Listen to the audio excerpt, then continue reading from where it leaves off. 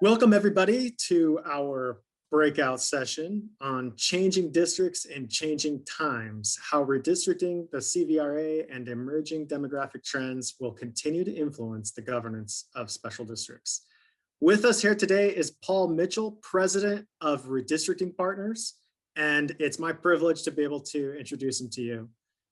Paul, as I mentioned, heads Redistricting Partners. He is a data consultant based in Sacramento. Paul has conducted the redistricting for more than 35 cities, school boards, and community college districts, including the Los Angeles Unified School District, and most recently, the cities of Santa Ana, Davis, and Napa. He is also a business affiliate of CSDA and has been working with special districts for a long time as well. The firm's work on racially polarized voting analysis and demographics has aided dozens of agencies as they navigate the California and federal voting rights acts. Paul has been regularly cited in the media as an expert on elections and redistricting, including as the subject of a CNN Presents special on the decennial redistricting process. He's been interviewed on the PBS NewsHour election coverage in 2020. He's participated in the 538 podcast series on redistricting reform and as a regular analyst on California-based network TV election coverage. Paul earned his associate's degree from Orange Coast College, an undergraduate degree from American University, and a master's in public policy from USC. Fight on, Paul. Redistricting Partners has been working for the last 10 years on redistricting, racially polarized voting analysis, the California Voting Rights Act implementation, and mid-decade redistricting work, primarily here in California. For the past decade, with GIS and political experience that goes back more than 20 years. They are formed with a focus on engaging in the statewide redistricting process under the new California Redistricting Commission in 2011. And for the last decade, much of their work has been, as I mentioned, with local governments, including special districts, such as healthcare districts, water districts, and others. Without any further ado, I think it's easiest for me just to say that I've known Paul for a number of years. I've been able to see him present on several occasions, and you all are in for a real treat. From my experience, he is the best in this area, and I'm looking forward to hearing from him and hopefully getting to sneak a few of my own questions in. Paul, go ahead and take it away. Thanks a lot, and thanks for having me. I just brought up my presentation. You want to give me a little thumbs up that that's showing? Virtual thumbs up. Great. I'm going to go through a number of topics. I've tried to break it into two sets. The first set is going to be about municipal redistricting, the work that you or other agencies around you are going to be doing this cycle to rebalance the lines after the decennial census data comes. And I'll be doing a lot of kind of nuts and bolts of redistricting in this part of the presentation. And then I think we'll just pause. When we get to the end of that, we'll ask Kyle to come in and ask any questions. Maybe some of the things that you're thinking about as we're going through this presentation, he might also be kind of keyed in on and want to ask some questions. Then after we do that, we'll go back into the presentation and go through some of the statewide redistricting things. This might be how we're expecting the process to change with this statewide redistricting commission, what might be the impact in congressional legislative districts. By the time you see this presentation, we will at least know how many members of Congress the state of California is going to have. That's something that we recording this don't have the benefit of knowing. So congratulations, you know something we don't already. But we'll go into kind of the implications of some of those things on the redistricting process. And hopefully this presentation leaves you with more information about kind of what to expect as we go through this next 14, 16 months of our decennial redistricting cycle. And I'm glad that you're all here watching this.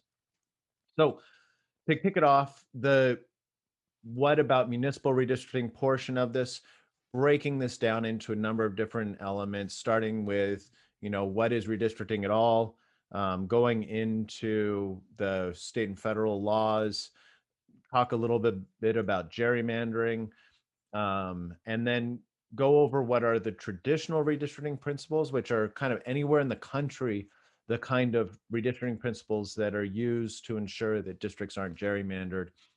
I'll talk a little bit about what we know today from the Census Department regarding the release of data and when it's going to be available.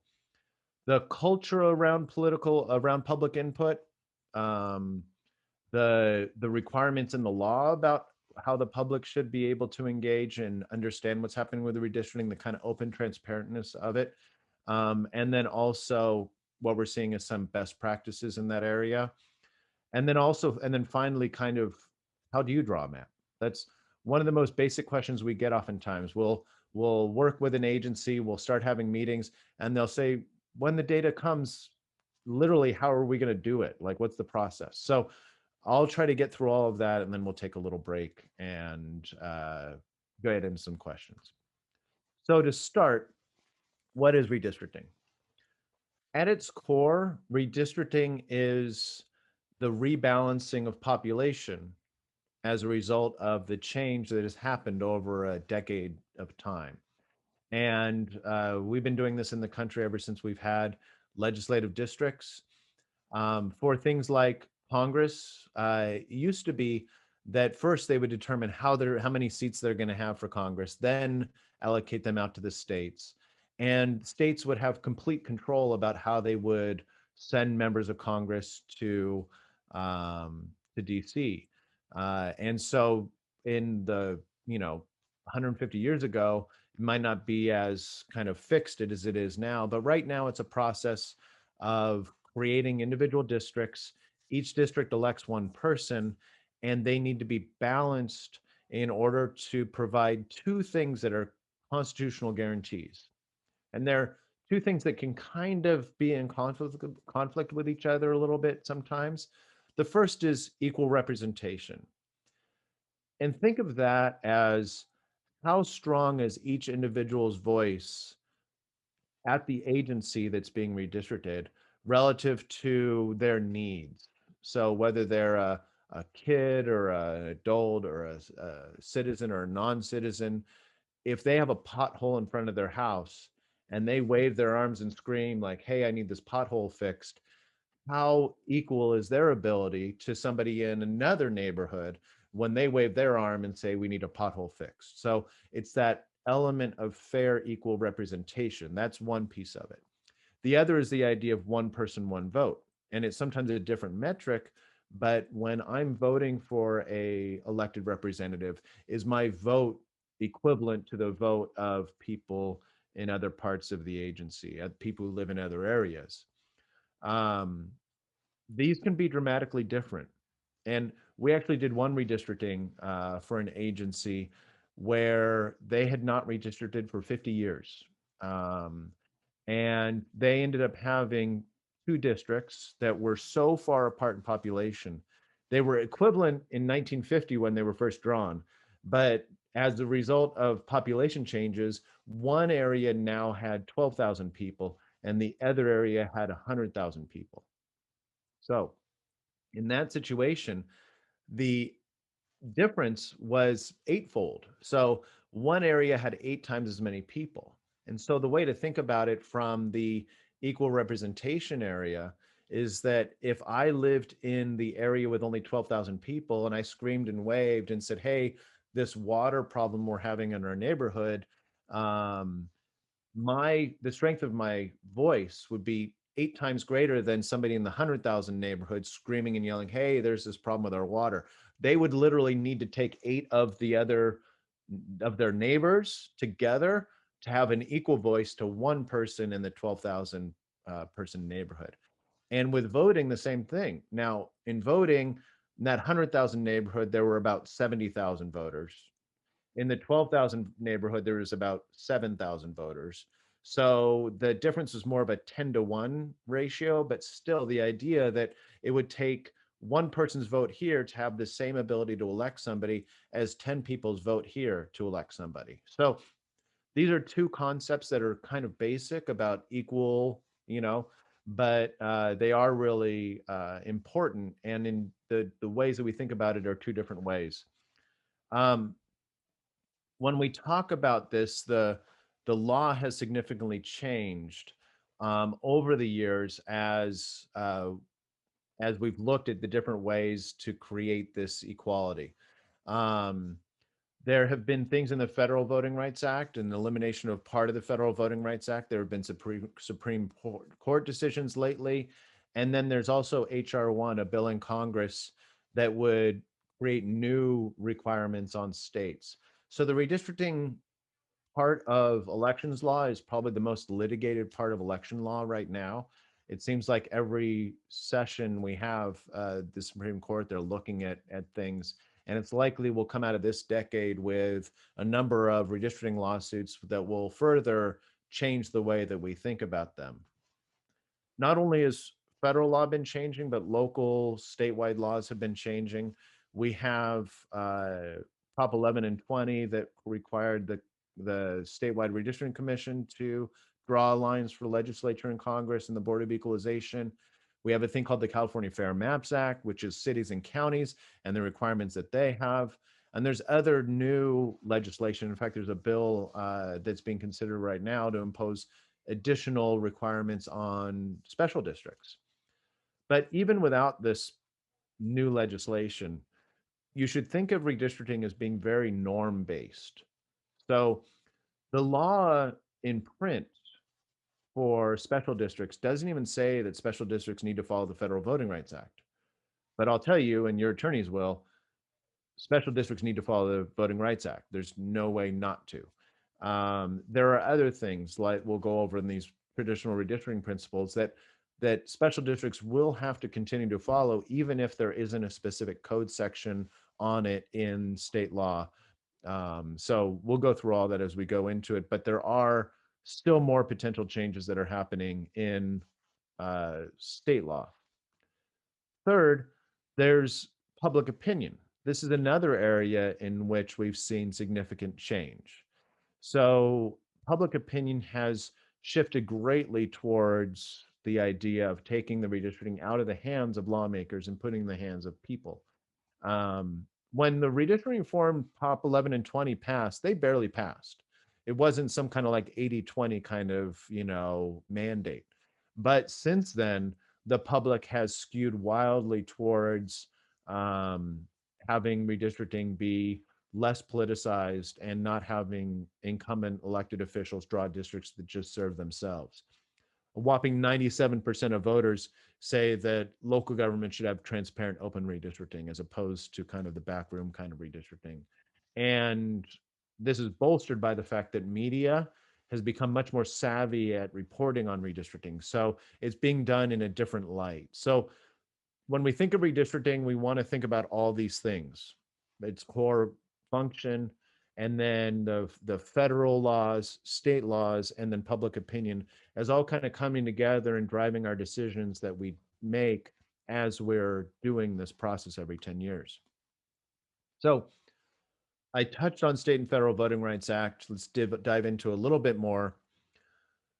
The Voting Rights Act at the federal level is really seen as two primary portions that impact redistricting. The first piece is the idea of Section 2 of the Voting Rights Act essentially requires that if you have any population that's a protected class, it could be Latinos, Asians, African Americans. It could be where I grew up in Glendale, Armenians. It could be in parts of Eastern San Diego County, the Chaldean population. It can be any ethnic minority population. If it can comprise 50% or more of a district, and there's a whole bunch of other criteria met, which I'll get into, then you have to draw majority minority districts. That is one element that people are pretty familiar with when you hear about redistricting and Voting Rights Act. The other element people are familiar with is the idea that there's a Section 5, which used to require 5 counties in California and a number of other states to get pre-clearance on their redistricting from the federal government. So you literally, even if you're a special district, would have to take your redistricting plan and before you implemented it, send it to the Department of Justice, get them to sign off on it, then you can implement it. So any redistricting change, any elections change required preclearance. That preclearance method has been that preclearance has been eliminated. There's no longer a preclearance requirement because the Supreme Court determined that the ways that they were placing agencies, states, and counties under the Section 5 was outdated, outmoded, hadn't been updated, wasn't clear. And so they said, look, we're just going to basically throw out Section 5 implementation until that is fixed, and Congress hasn't yet fixed it. It might. The California Voting Rights Act is a different set of laws that are just specific to California and are just specific to this the change from districts, from agencies or a special district or a community college or a school board or a city council being in at-large elections where one election cycle you vote for two people, and one election cycle you vote for three people, and everybody in the agency votes all at once, versus districted elections where each individual district is carved out and only the voters in that district vote, and only for somebody who lives in that district. So that idea of single member districts is a requirement under the California Voting Rights Act, and it's required of any agency, any elected agency that has identifiable racially polarized voting. And that can be something that can be identified through statistical mathematical analysis, demographic analysis. And most parts of the state are going to find that they're in an area that has racially polarized voting. And under the California Voting Rights Act and the current interpretation, it's kind of not hard to identify racially polarized voting and trigger that need to convert to districted elections. When I talked about the Federal Voting Rights Act, I said in passing that majority and minority districts were required under Section 2 if they met certain criteria. These are the Gingell's criteria. And the idea is that like I said, a minority population has to be large enough and geographically dense enough to comprise 50% or more of a potential district. That's part of the test.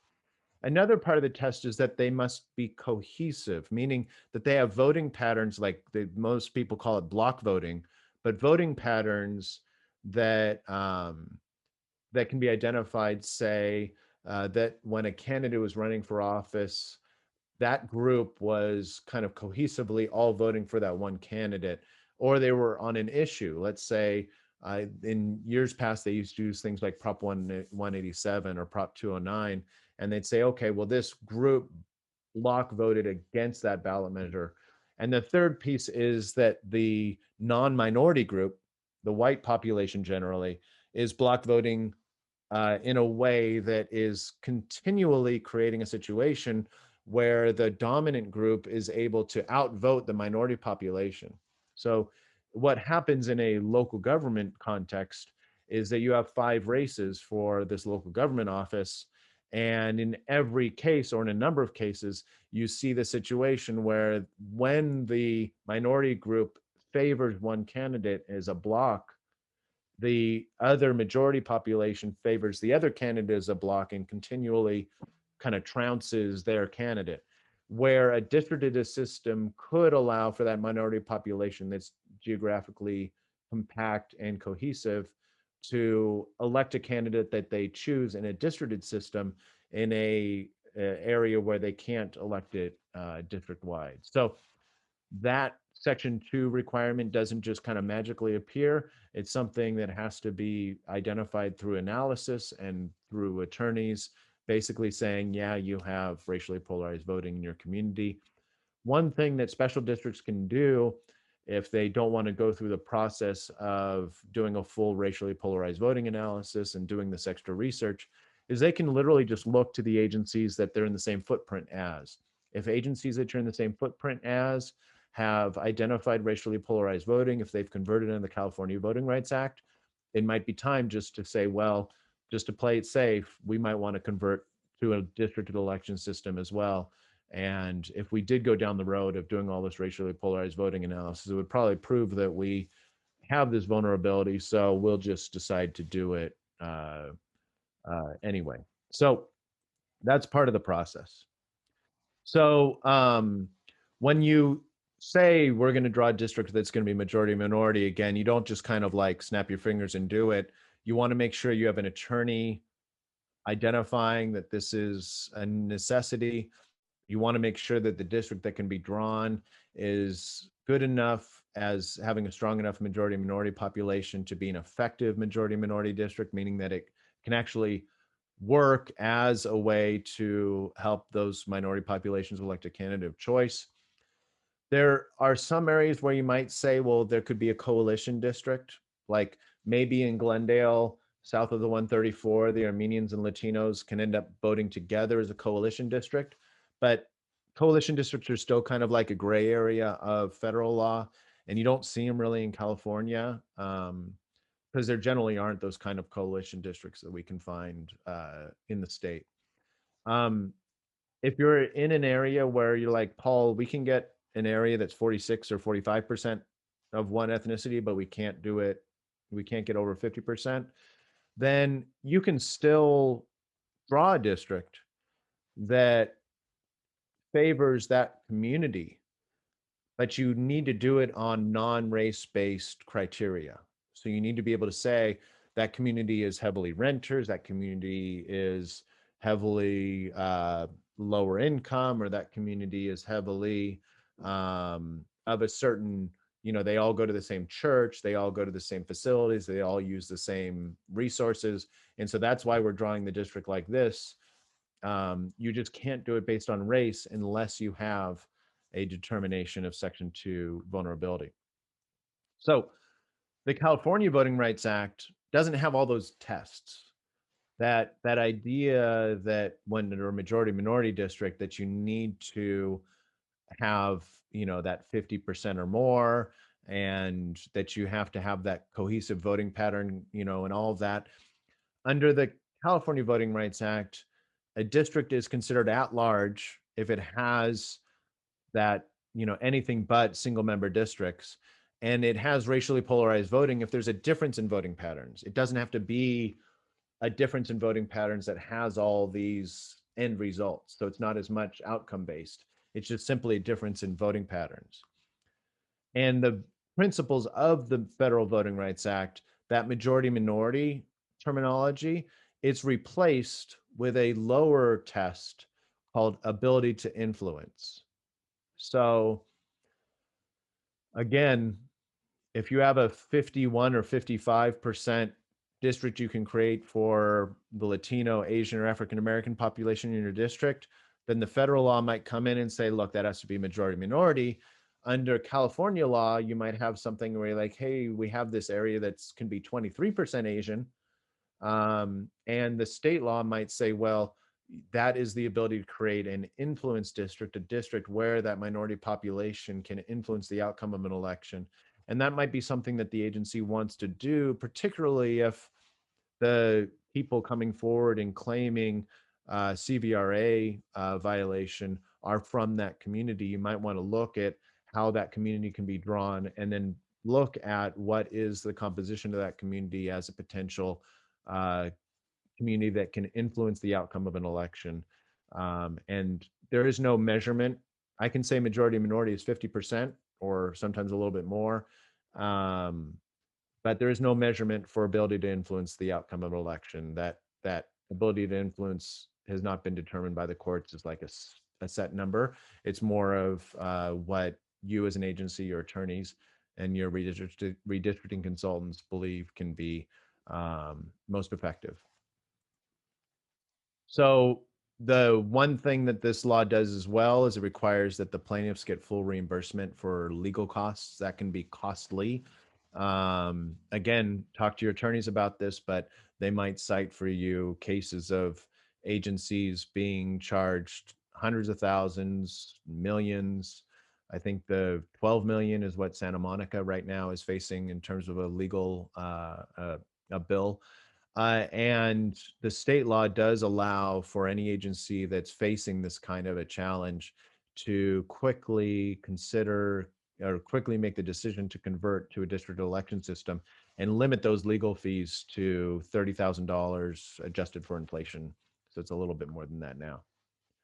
So districting, people get a little bit kind of concerned when they're going from at-large to districts because they say, well, what do these districts mean for us? Like, how are they going to change us? And it's important to note that districts, they determine who can run for office and who can vote for them. In a way, they're operative on election day. They do not have to determine how you govern. So, the board or the agency can still determine their strategy, their goals, and pass policies and do their work in a way that thinks of the district as a whole, even if on election day they're elected by these different areas. It shouldn't affect how, different facilities are managed and other things. It really doesn't have to do that stuff unless you choose as an agency to create that culture.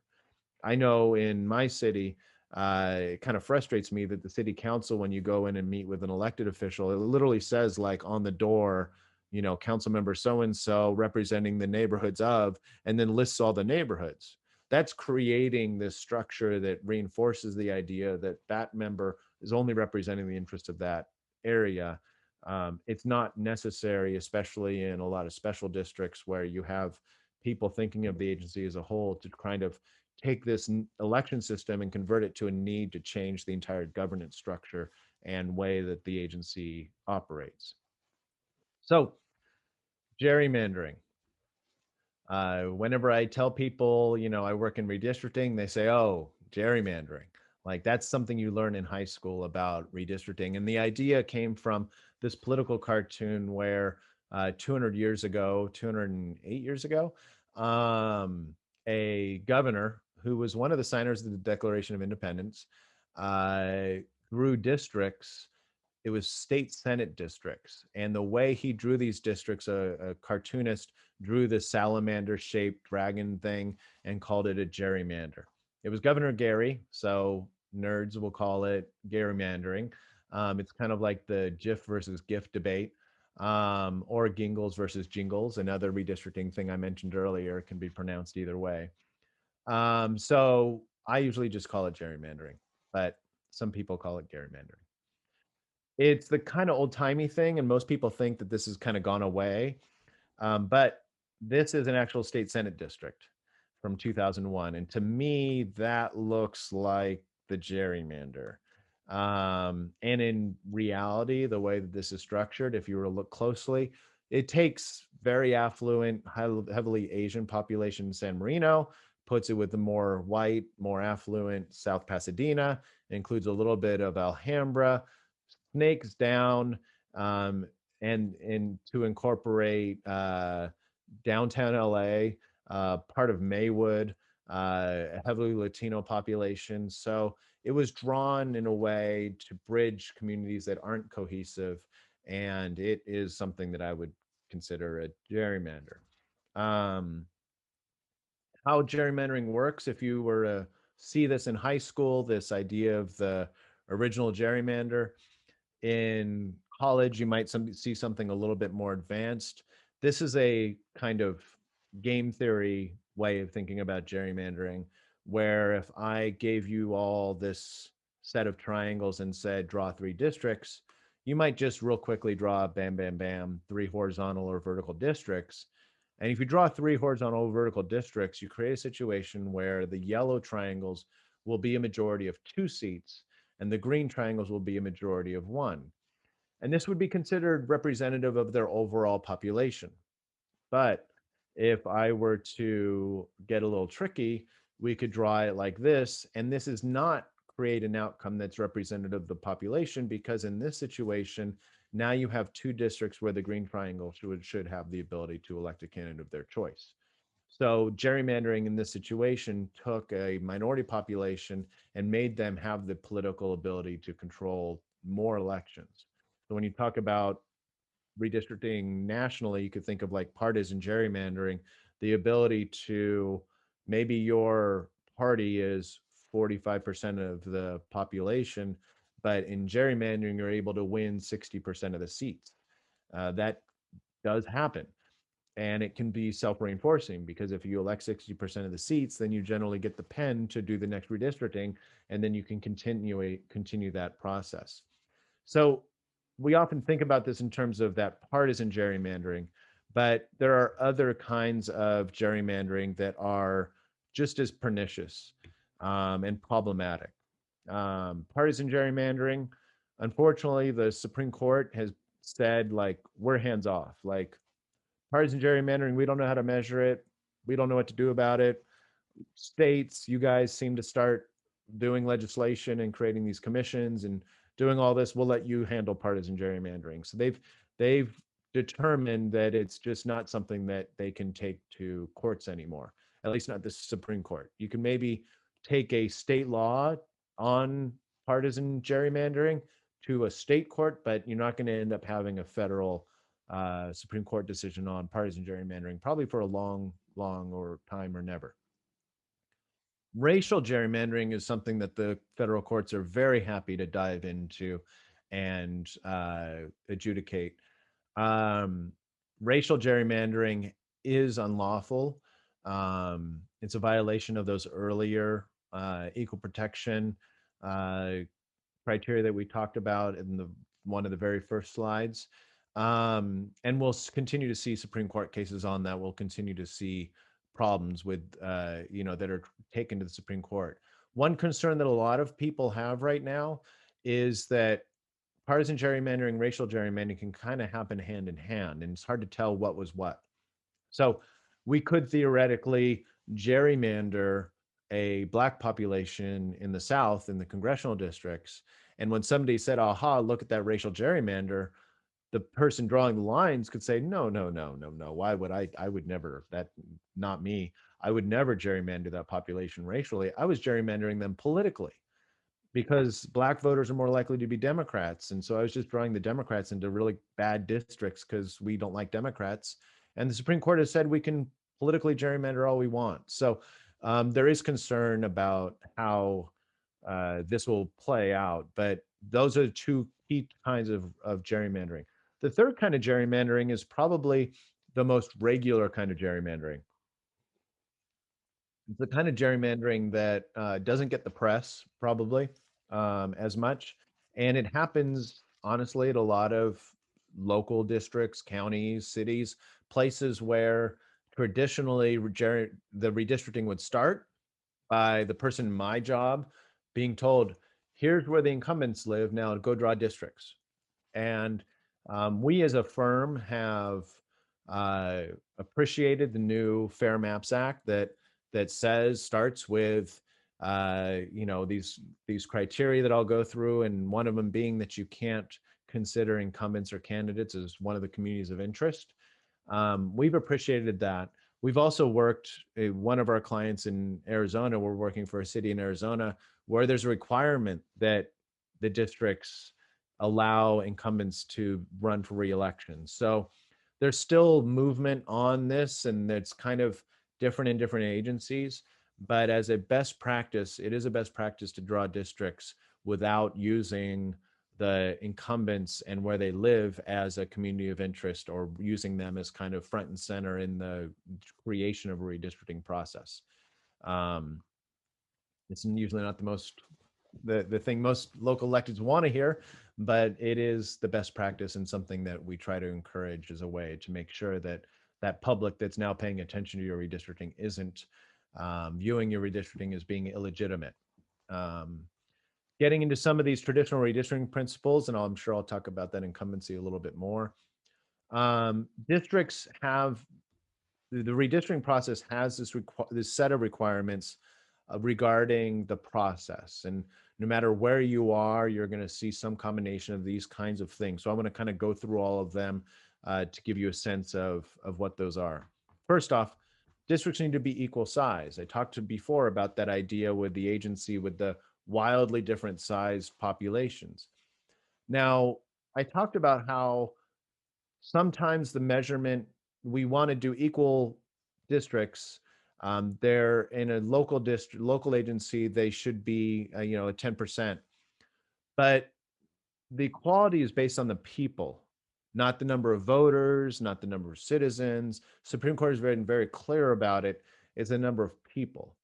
So you might have a situation where that equal representation, that is really the driving thing. How do we get to that? That one person, one vote will kind of follow along with that, but you're not able to do redistricting and say, I just want to make every district have the equal number of voters.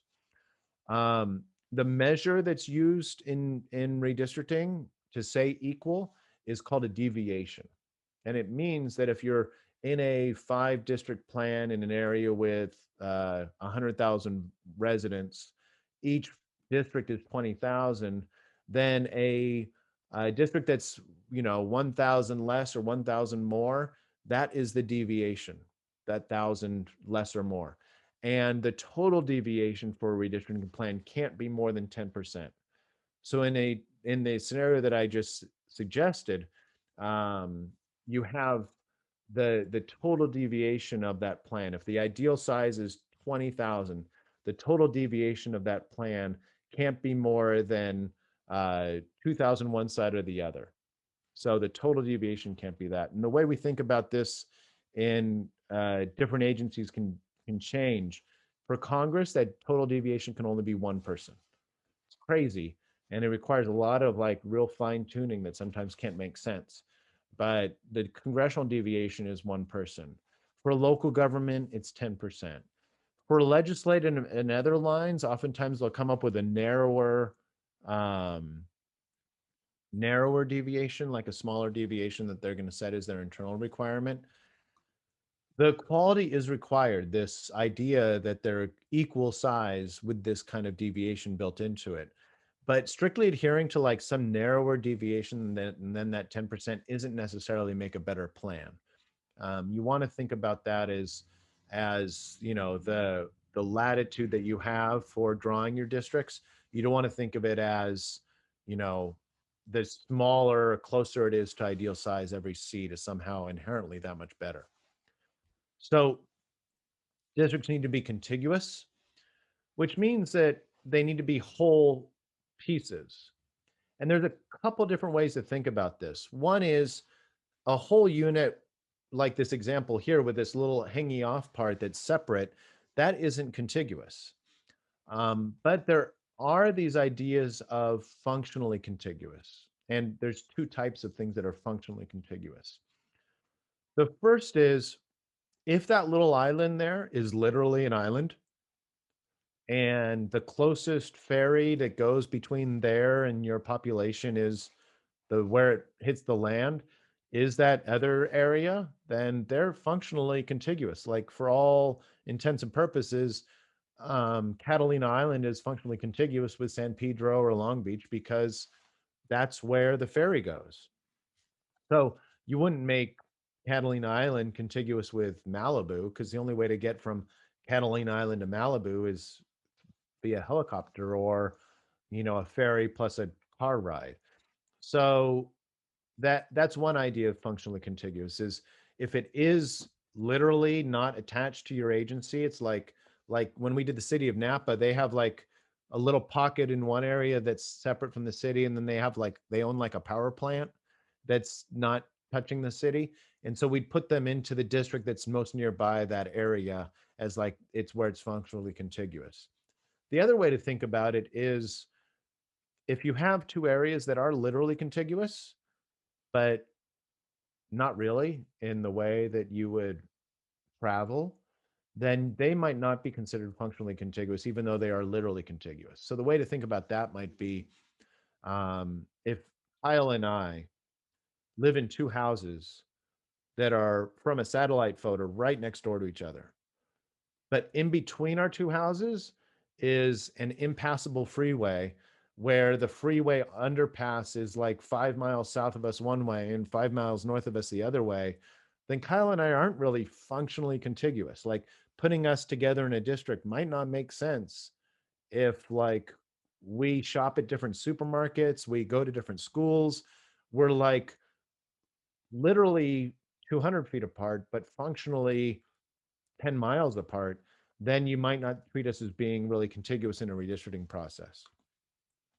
And I'll show an example at the end here of that. Maintaining communities of interest is a big part of the redistricting process, and it's the part that requires the most work because the idea in redistricting is when you're creating these seats to allow these seats to be reflective of the community in a way that if you have one part of town that's where all the older people live, that they get to elect a candidate that kind of reflects their values. If you have another part of town that's really urban and hip and artsy, like maybe they need an area where they can elect an urban, hip, artsy council member. And you have another area that's more suburban or whatever, that you have an area with they can. And so that communities of interest is something you really need to flesh out in the districting process. Some of it you'll know just from doing the demographics. We look at the data and we say, look, all Latinos are here and Asians are here and high incomes here and apartment are here. And you can look at some of the data sets to see a lot of this stuff, but you really do need public input. Some of the types of communities of interest beyond those ethnic, language protected classes I talked about earlier can be things like the LGBTQ population, like I said, senior citizens, students, that downtown idea, even rural agricultural. And it's really specific to an agency.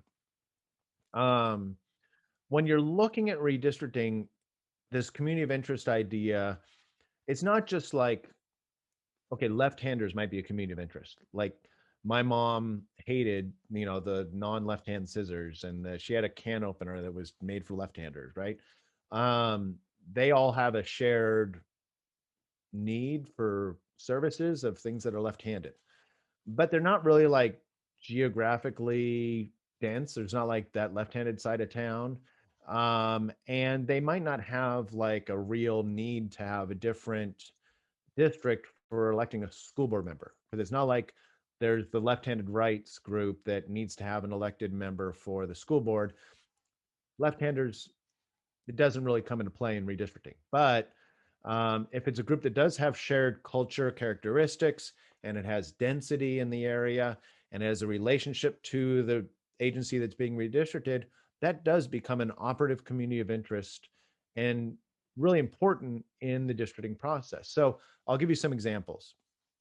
We were doing redistricting in a water district, and it turned out that the almond growers and walnut growers had different water needs than other rural areas, and then the rural areas had different water needs um, than the urban areas.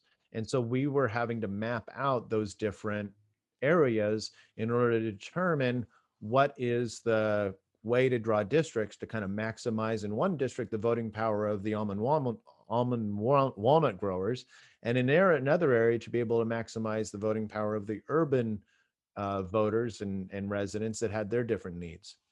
You could also have a community of interest that has to do with like a problem that exists in an agency. So if there's a known issue in an agency, if it's a fire district and there's hillsides and they have different needs in terms of fire services than a flatland kind of area. Um, Back to water districts, uh, when I was a kid growing up, we had this issue where whenever the golf course down the street turned on their sprinklers, all our water pressure dropped. And so if I was drawing a community of interest, I might say, hey, we as neighbors want to be in the same district as that golf course because we have real issues. So the connection between us as a geography and the work of the agency made us kind of an operative community of interest. Water pressure on Broadview relative to the golf course is not an issue for a school board or a city council, probably, or a county or a Congress, but it is for a water district. So the communities of interest can be different between different agencies. That's one reason, as an aside, where sometimes people will say, hey, I've got this district, we're just going to follow the county supervisor lines. And I'm over here going like, no, don't do that. You do not know why the county supervisors viewed this district as being important. It might have been because the service is provided to a community there. And the agency you are as a health district or a water district or some other kind of services district are going to be different than the overlapping agency even if it's sharing the same footprint, you are involved with the community in a different way. Following existing neighborhoods is another kind of community of interest idea. And really, a lot of it is just, if you were to say to people, hey, what's your community of interest? They'd be like, well, I live in Sierra Oaks. That's my community of interest, I guess. Or I live in Spar Heights. That's where I shop, and that's my friends, and that's where I ride my bike, and that's where I go grocery. That's where I go to the coffee shop. And so I guess Spar Heights is my community of interest. So a lot of people, their community of interest is their neighborhood. And state law has really reinforced the idea of using neighborhoods as communities of interest. Um, and the Fair Maps Act actually outlines this neighborhood concept as one of the communities of interest. And it's really an important thing as part of the process to start to do um, work to identify neighborhoods to ensure that the plans are keeping those neighborhoods together. And so some of these things that you'll deal with in keeping neighborhoods together is kind of defining those neighborhoods, dealing with competing ideas of what somebody's neighborhood is. And then also all the neighborhoods kind of have to be put into census geography. So this is a technical piece that has to be done by somebody who does redistricting. Now, if you're a special district that's huge and you're more worried about like whole cities as opposed to neighborhoods, that's fine too. But you're talking about how to divide up areas based on their kind of known geographic areas or political geographies. I don't mean political geographies like Democrat Republican. I mean political geographies like where a school district boundary is, or a city council boundary, or a some other district boundary relative to your agency. Finally, keeping districts compact is one of the criteria. I love when I say compact, that a lot of people think small, like, the little mirror that somebody carries in their purse is small. It's a compact. Compact really just means if you have an agency or an area and you want to make it compact, you make it more circle or square shaped, not kind of squiggly, crazy lines. Now, this is one of the more fun parts of redistricting. And so it's invited a ton of researchers to come in. There are dozens of different mathematical models of what is compact. And some of them, the most popular ones, say, okay, you've got this big squiggly shape. What's the full circumference of that full line that you've got there? And how big of a circle would it be? And what's the area of that circle, and what's the area of your shape? And that ratio of the mathematical ratio of that, which I used to be able to spit out that ratio, something about 4 pi, something or other. That would be a way of determining compactness. Another way of doing it is measuring all the little kinks and counting literally all the little kinks and bends in a district. One state we're actually working in has a law that literally says that they are outlining funny shapes. So that could be, we see redistricting plans and somebody says, that looks like, Daffy Duck riding a surfboard. Um, Outlawing those funny shapes as part of the redistricting criteria is another way of kind of getting this idea of compactness. But we in California do it differently. And we've shifted to a process both at local government, at the statewide, of getting rid of these mathematical computations of compactness, because there are known problems with them. And instead getting to this more, less quantitative, more qualitative measure of what is compact. And in this, what we look at is this. I've got the statement written down, and it takes me usually a couple times it took me a couple of times of reading it to really be like, okay, that's what that means. But it says that it is compact if it's not bypassing nearby populated areas in favor of more distant populated areas. The mouthful.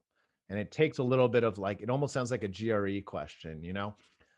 But when we actually look at it in practice, I'm going to show you some examples, and I think this helps bring it to light. So this is actually a city council. I won't name the city council.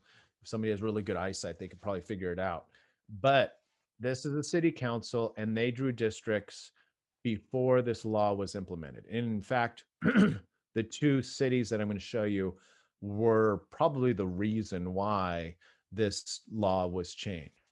Um, this city council has a community down here, in the kind of southeast corner, and it's a population, and there are other kind of clearly nearby populations around it. And then there's a faraway population, that area D. And what they did in the redistricting was, instead of drawing a district that took that A and put it with B and C kind of as all nearby populations, they went ahead and drew it all the way out from A to D in this map that goes kind of around, then under a freeway underpass. And I've actually ridden my bike up there, and I know that underpass, there's like nothing there. And then comes back out and goes back in across two country clubs, and then or a big country club with a golf course and everything, and then to a totally different neighborhood. So that would not, under state law now, be considered compact, because it's going to another far away population, bypassing nearby populations. Another example of this is in another city. It's not Orange. This just the demographer in this case called this map Orange, and it was version 4 of Map Orange. Map Orange is a gerrymander.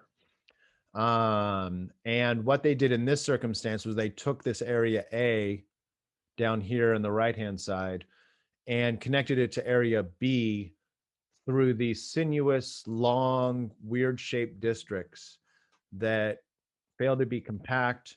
And in the actual implementation of these lines, when the county put these into precincts, they don't even connect anymore. They're not contiguous anymore. But that district, not only does it do that, which was kind of a failure, but then if you look at that downtown area, they took that community of interest and they split it into 4 different districts. And it was done, if we were to put dots of where the incumbents are, you can guess the incumbents. There were 3 incumbents, I think, within some crazy like 800 feet of each other or something like that. It was something nuts.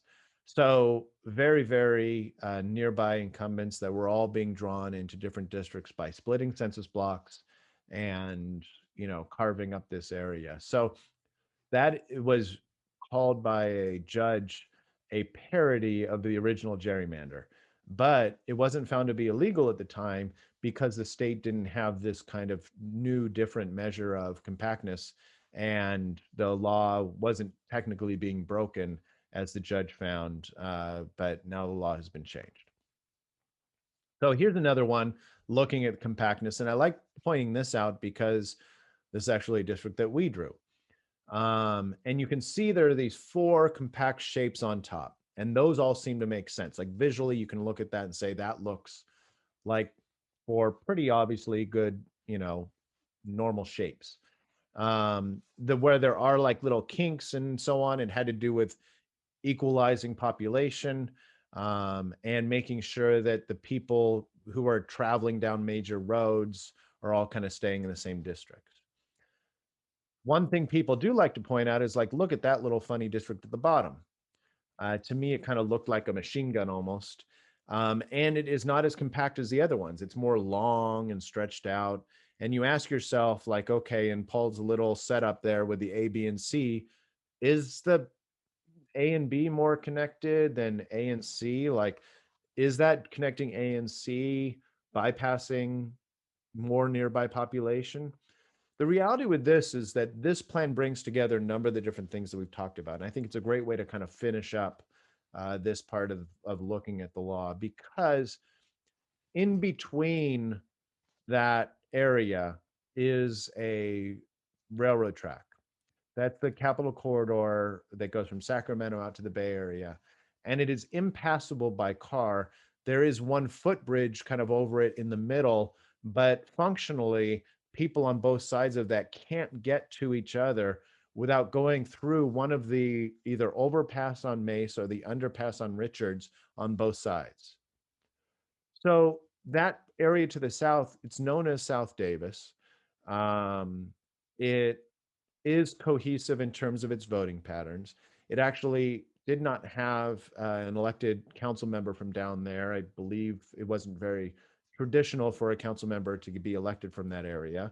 And drawing it, you had to take into account the fact that if you were to connect it up to the northern part of the city, uh, you'd be making it less contiguous to than they would be if you drew that all together. So the way it was drawn was essentially like following this natural corridor and recognizing the fact that you could only go up into the city one of two different sides and creating a community of interest down there. So it is an area where a less compact shape makes sense because of those other competing criteria, particularly the idea about creating districts that have that contiguity to the rest of the city.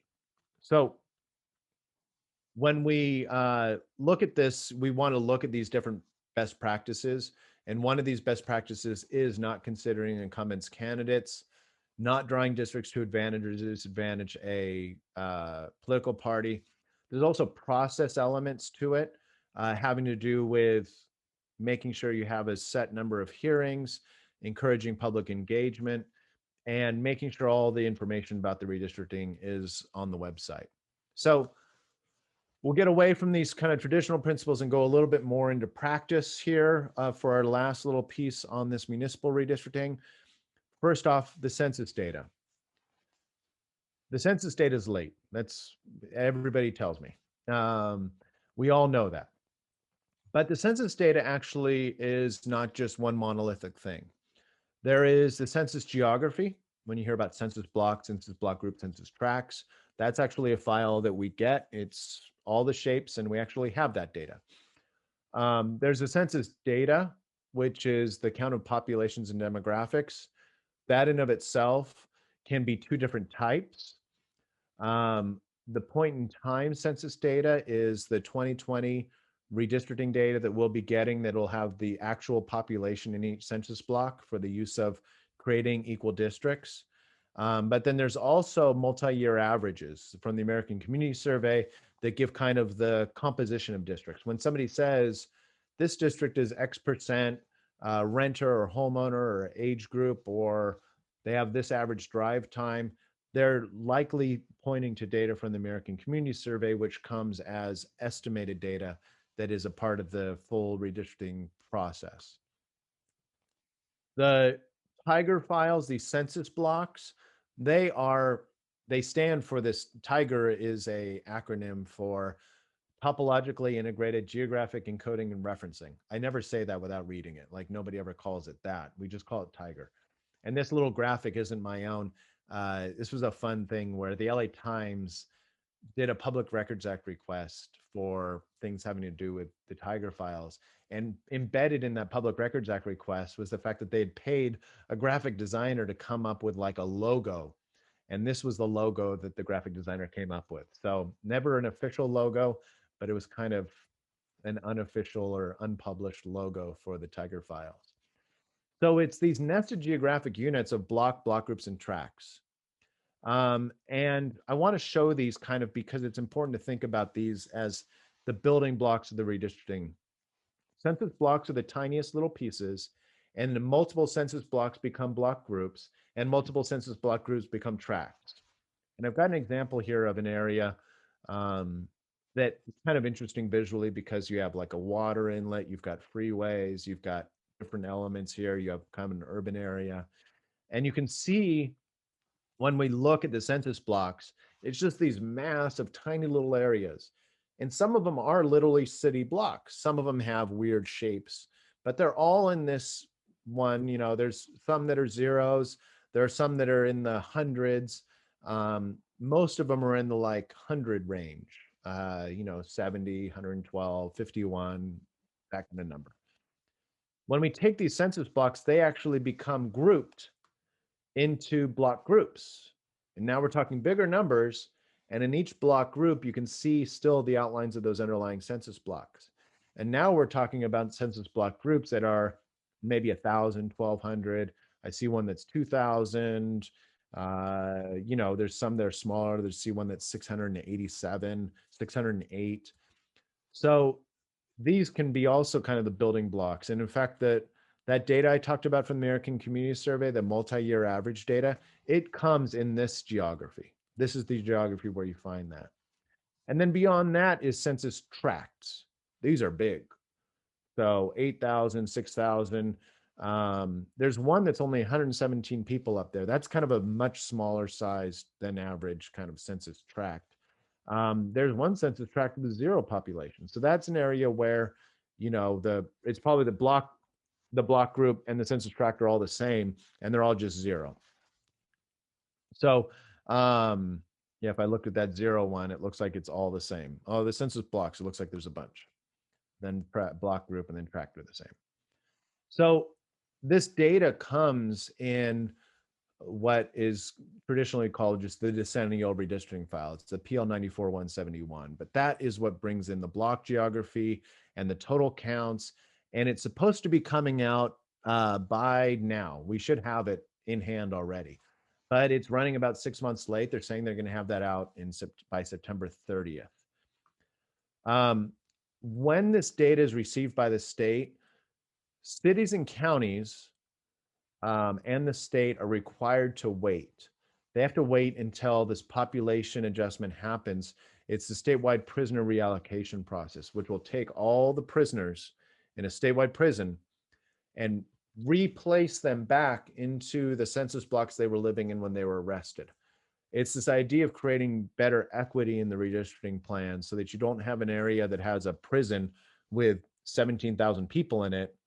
All of a sudden, they essentially get more political power because of this population that is a non-voting area that prisoners aren't calling the city council to get potholes fixed. And it skews redistricting to have them counted in the process. So when you're doing your local redistricting, you'll actually be able to, as a special district, choose to use the base data set or to use this prisoner reallocated data set. We would encourage the use of the prisoner allocated redistricting set unless it's really comprising your time frame to be able to do your redistricting, because there is a little bit more equity in that version of it. And it would be very important if you're in an area that has, local prison, a statewide prison, to do that reallocation. The American Community Survey, what I was talking about with those estimated data over time, that's what we utilize for a number of different things, particularly identifying the citizen voting age population for the Federal Voting Rights Act. That comes out of the American Community Survey. Other data can be utilized in the redistricting process. When we did walnut growers and almond growers, that wasn't in the census data. So we pulled in data from other sources. So you can pull in data like where students live, or environmental data like airport noise if you're doing a city that controls the airport, or other kind of factors can be utilized, and they can be kind of like written down to the census geography. The public input part, I talked about this when I talked about communities of interest, but this is really important for determining communities of interest. And if you're doing a redistricting, it's something you can start now, because before you actually get the redistricting data, you can have people say, my community of interest is Spar Heights, and my community of interest is that our water pressure drops whenever the golf course turns its sprinklers on. I know there's got to be some water board person who's like about that, but the community of interest can be drawn, and I could identify that area without having the final census data. My perceptions of my neighborhood aren't going to be significantly altered by saying, oh, the census data says this about my neighborhood. No, my neighborhood is, I know where my neighborhood is. I know where we shop and where we take my daughter to school and where we go do our activities. That's just an area on a map, and I can draw that out and be active in identifying that community of interest without having the final census data. After the census data is out, before you actually start drawing lines, you should allow the community to draw draft plans. If you have an online tool to do it, or if you're utilizing other public online tools, the idea is to allow public engagement to help draft maps and to suggest potential redistricting plans. And then once you do have draft plans, it's important to have the public have an opportunity to give feedback, things they like and don't like about the plans, and build that into your process. A lot of people say, well, why do we need all this stuff? We can just draw districts. We know the area. Like we'll just draw the districts the smart way and we know what to do. And that might be very true. It might be very true that you draw a map and the first plat draft you create, that's going to be the final draft and you're going to pass it and really you're never going to make any changes to it. That can definitely happen. But even when that happens, it's important to have the public input because when you are drawing these plans, sometimes you'll invite or have situations where people bring forward a lawsuit. And if somebody says, you drew this plan because of this illegal, uh, you know, criteria that you created, um, you can come back and say, well, we had our hearings. Here's all the public testimony that supported our plan. Here are the communities of interest that were identified in our redistricting, and we have a public hearing where we talked about those communities of interest, and we made sure that those communities of interest were being respected in our redistricting plan, and that was our entire process, and there you go. Having that body of evidence helps you after the redistricting potentially, make sure that the redistricting plan can be supported and is not going to be subject to maybe a potential lawsuit that would throw it out. So, how do you get this input? You can do it as actual, like your regular business meetings, and you can also do it as kind of outreach hearings that you do separately. Those can be outreach hearings run by just the staff only, or it can be outreach hearings that are part of a board or extended board process or a study session. The other thing that we often do is create community of interest worksheets that can be posted to your website, either as like a PDF or as like a SurveyMonkey form that allows the public to write in. My community of interest is walnut growers. My community of interest is fishermen for the harbor district or whatever, and describe their community and get that on paper. Another way you can do it is utilizing a mapping tool. We work with agencies that set up their own mapping tool of their district. They control it. They can have maps be submitted directly to them. They can have the public draw either communities of interest or draw actual districting plans. And those are tools that are becoming much more popular, especially in the COVID era, as a method of community engagement. There are also public tools that are perfectly okay for the community to use as input. And the downside to them is that you don't control these public tools. So you're not guaranteed that the person who fills out the map and the public tool can just hit a button and have that data come straight to you. The second thing is that if you're a special district that has boundaries that are not, I'm going to say normal, but I don't mean not normal, but I mean that they're, weird shapes or nobody really knows what the hospital district boundaries are unless they see it on a map. These public tools aren't going to have the hospital district boundary on it for somebody to draw districts. They're not going to be set up for drawing districts for a water district, but they could theoretically use a public tool and submit, draft plans or other things. And you as an agency would want to be able to receive those and have those considered as part of public input. There are some of those available and out there. And then finally, as to wrap up this municipal redistricting piece, how do you do line drawing? And the simple answer is that there's really three ways that when you're putting pen to paper, actually drawing lines, there's three ways essentially that those lines are generally drawn. One is you have had a robust public engagement.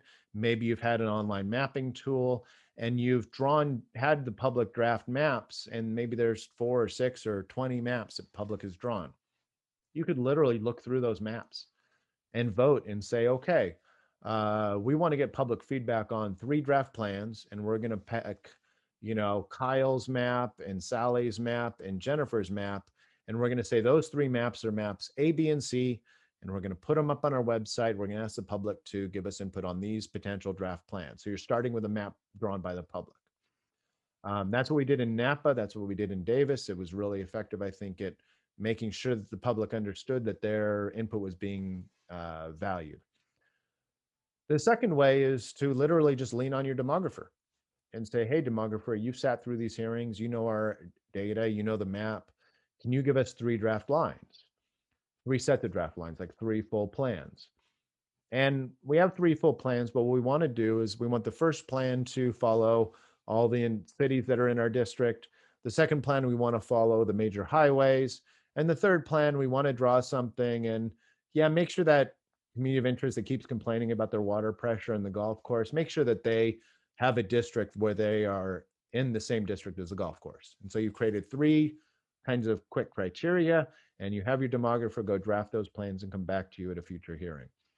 The third thing is to do like a live line drawing. And these 3 criteria, these 3 methods can be utilized kind of in conjunction with each other. So you could say, we want to draft plan A, B, and C, but A and B are going to be Kyle and Jennifer's plans, and draft C, demographer, go draw something for that golf course people. And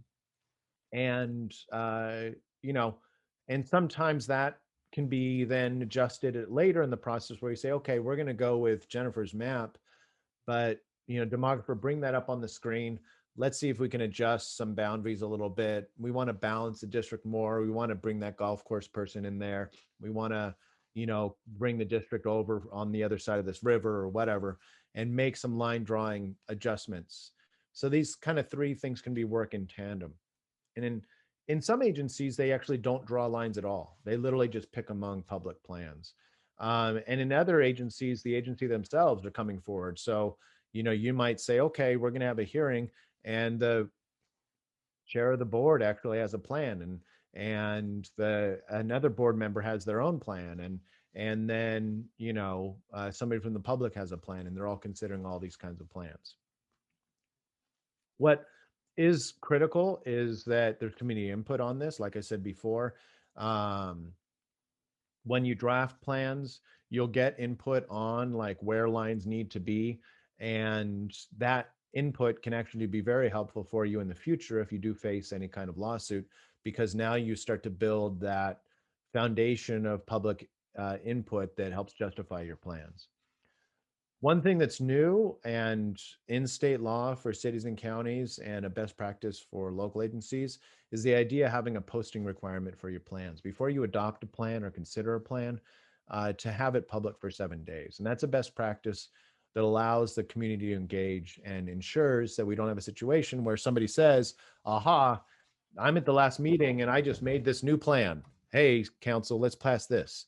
You don't have plans coming out of people's back pockets at a hearing anymore. That's just not common practice anymore. There's some deadlines that will be changing likely, but these are the ones that are currently in place. You might have some deadlines in your own, bylaws or in a charter or something like that. Sometimes we've seen some in local agencies that just aren't achievable. Like they say they need to have their redistricting done mid-September. It's not going to happen. So for some of those, they might need relief from a court or somebody else to tell them that they can extend that deadline.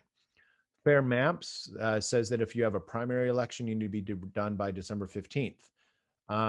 If you have only a general election, I think it's April 17th.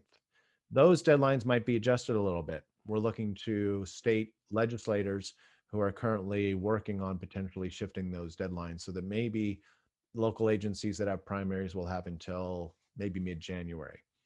Fair Maps Act, or the Fair Maps Act is kind of the state law, but there's also the actual implementation. If this Fair Maps Act says you have till mid-January, but the county registrar says, hey, give me your plans by January 4th, or we're not doing it, then you should probably try to get your plans done by January 4th. So there will be some deadlines that might be something where you work with your demographer and the county registrar to figure out how you can make sure that those lines can be put in place. Because the best lines in the world don't do you any benefit if the county registrar doesn't have time to actually implement them in time for the election.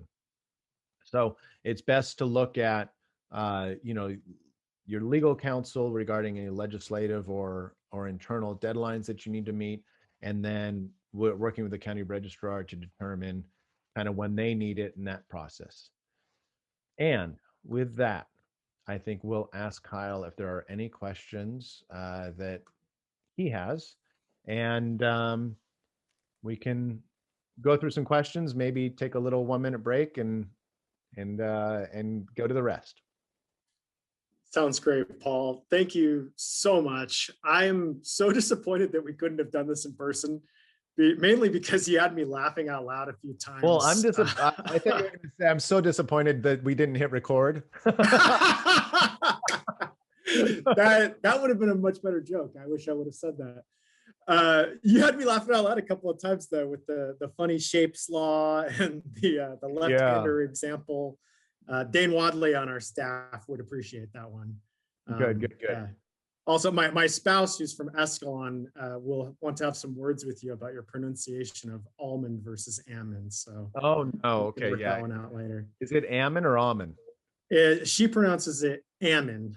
So she pronounces it incorrectly. Right. Well, like I said, we'll have to talk about that one. Okay.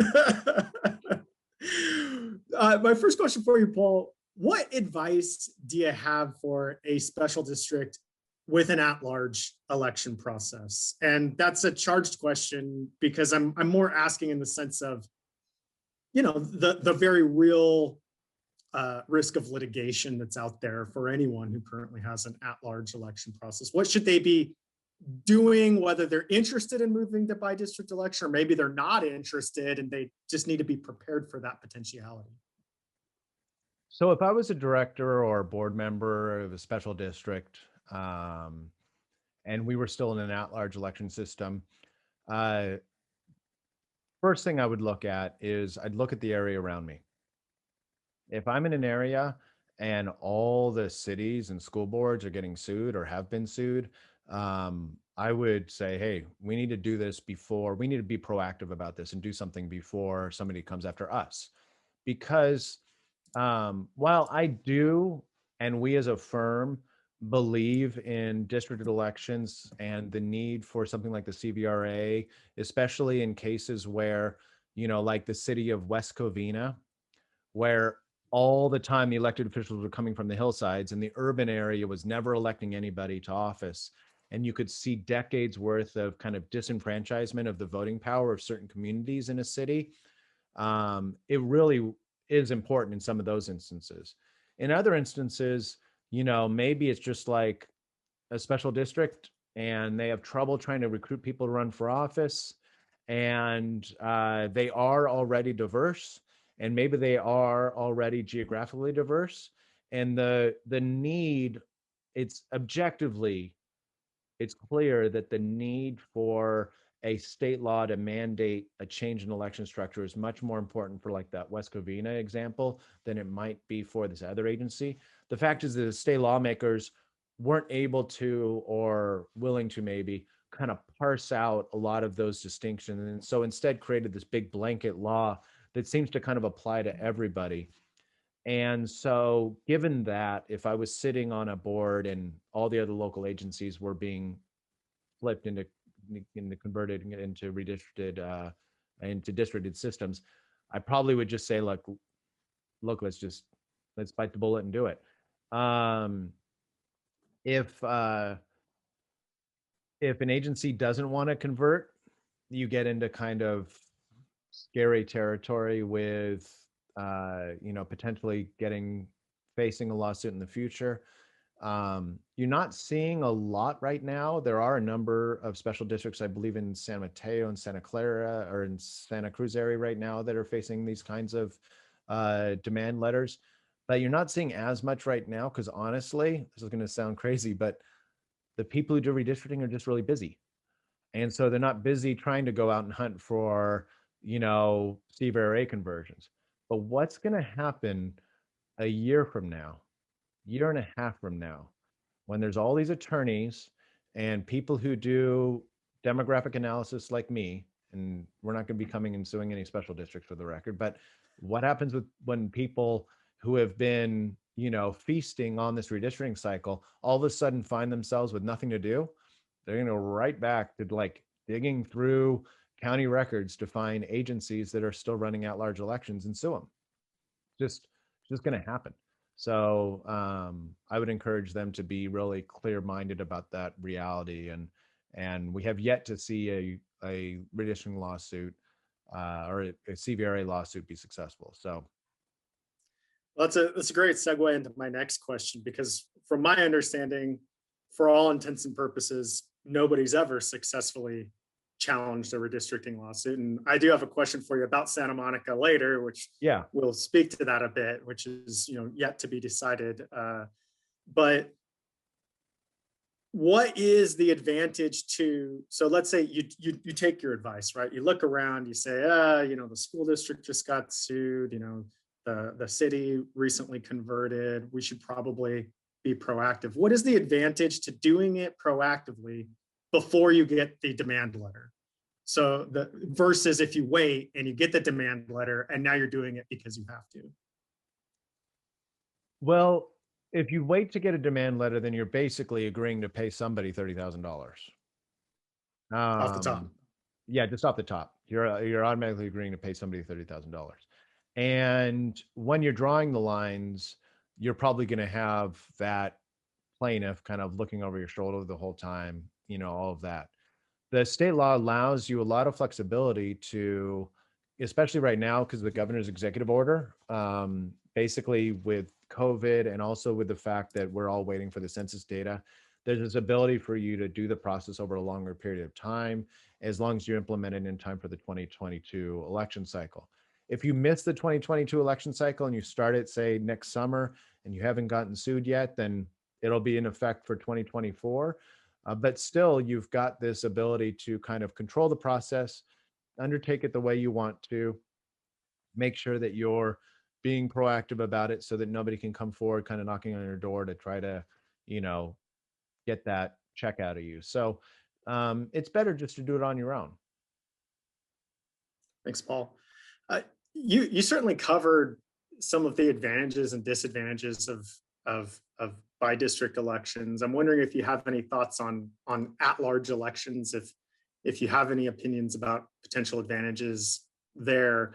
But really, my question is going toward more. I think everybody understands, and you talked about the reason behind it from a protecting communities of interest and ensuring representation in terms of moving to a by-district election. Certainly, there's the point of just practically speaking, avoiding a lawsuit, right? Are there other practical pros and cons that should be considered that maybe aren't at top of mind? For instance, I'll give you an example. One, for instance, is that election costs are something that I have certainly heard from special districts keep seeming to go up and up and up and up. If you're doing an at-large election and you're paying the county to administer that election, you're paying for the entire district to vote in each and every election, right? But if you were to move to a by-district election, you'd theoretically only be paying for the entire district every other election, right? Over the course of a 2 election cycle. So you would theoretically, assuming you have candidates in both elections, you would cut your elections costs in half. Are there other things like that you see as advantages or disadvantages to one form or the other? Yeah. So first off, you do potentially cut your district costs in half, because if you have 5 seats, even if right now, if you have 2 up one election cycle and 3 the next, then you're taking the cost and you're spreading it over a 4-year period. And then furthermore, if you have a district-wide election and say you have, vote for 3 and you have 4 candidates, you still have to pay for the full district election, even though there's only like one person who's not going to win. But if you have 3 districts and you have one person running in one district, one in another, and 2 in the third, you're only paying for 1 district. So you're only paying for a 5th of a citywide election rather than paying for the full citywide election. So, so at the most, your costs are going to be half. It's very likely that your costs will be less than half in that system. The at-large election system, though, which is funny, is that the at-large election system was the reform. So in the progressive era, as cities were being formed in California and local agencies were being formed, there was a concern about that kind of Chicago style, you know, political boss kind of structure. And they looked at places with district elections like Chicago and said, well, look, they have these wards. Each of those wards are so small that a political boss can really control that ward, and they can get patronage and they can, control an elected official and line their pockets and have all this corruption. So that ward system and having these little pocketed elections where each little pocketed election has a voting block that can be controlled, let's get rid of that by having these at-large elections. In at-large election, one political boss is going to have to be really, really powerful to be able to control a whole citywide election or a countywide election. So it'll probably weaken the political strength of these maybe very isolated pockets of political groups. Well, that reform kind of has come back on us. And that ability for an at-large election system to dilute the voting power of those little isolated geographic groups now has the ability to limit the political power of small ethnic populations and geographic groups that are protected classes. So it was the reform. It's kind of that pendulum swing we always hear about, you go all the way one way and all the way the other. And right now we're in the swing of going to district elections as a reform, even though the reform was at one point the at-large election system itself. That's fascinating. That's fascinating to hear the history of it. And I'm wondering, Paul, it kind of anticipated what was going to be my next question, which is there, I mean, special districts come in all shapes and sizes, right? I mean, we've got special districts serving over 1 million people. We've got special districts serving 100 or so people. Is there ever a special district or a local agency that's just really too small, practically speaking, to create elections by division? I mean, it would seem that the CVRA, any agency of any size, there is no limit in terms of too small. But as a demographer, if you were sort of advising an agency, is there a line that you would draw anywhere? No pun intended. I like to draw lines, that's for sure. Right. So the city of Bradbury is always my example for this. City of Bradbury is in LA County. It's a city kind of in Saginaw Valley, I guess is the way I would describe it. And it is, from the 2010 census, 1,048 people. And it's in 5 districts. So you've got 5 districts that are on average 200 people. So, that's pretty small. And when we look at registered voters, maybe districts have anywhere from 70 to 130, 140 voters in them. That's teensy.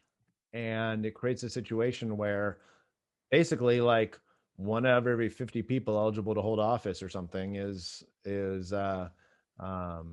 able to be on the Bradbury City Council.